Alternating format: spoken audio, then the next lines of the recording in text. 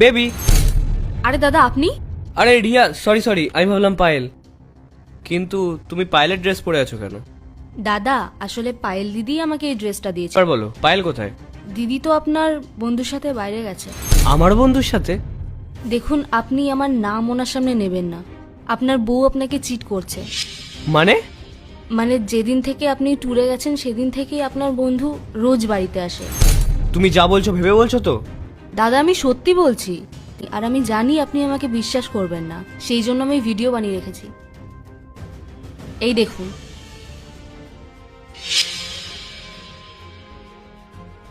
আরে তুমি তুমি কখন এলে?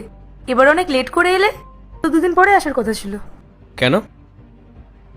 তাড়াতাড়ি চলে এসেছি বলে কি তোমার প্রবলেম হচ্ছে? না না, তুমি তো আমাকে বলেছিলে যে তুমি দুদিন পরে আসবে। আমি খুব টায়ার্ড হয়ে গেছি। হ্যালো, শোনো না, আমাদের প্ল্যানটা চেঞ্জ করতে হবে। ও বাড়ি চলে এসেছে। এই নিনচা, কিন্তু এই ধরনের মানুষের সাথে এটাই করা উচিত যেটা ওরা আমাদের সাথে করেছে। মানে? মানে আপনি বিকেলে আমার সাথে পার্কে দেখা করুন। ঠিক আছে।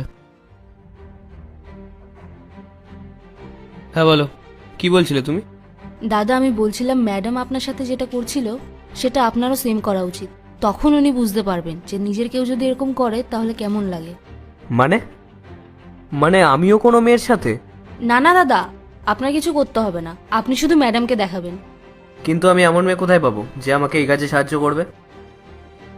আপনি বললে আমি আপনাকে সাহায্য করতে পারি।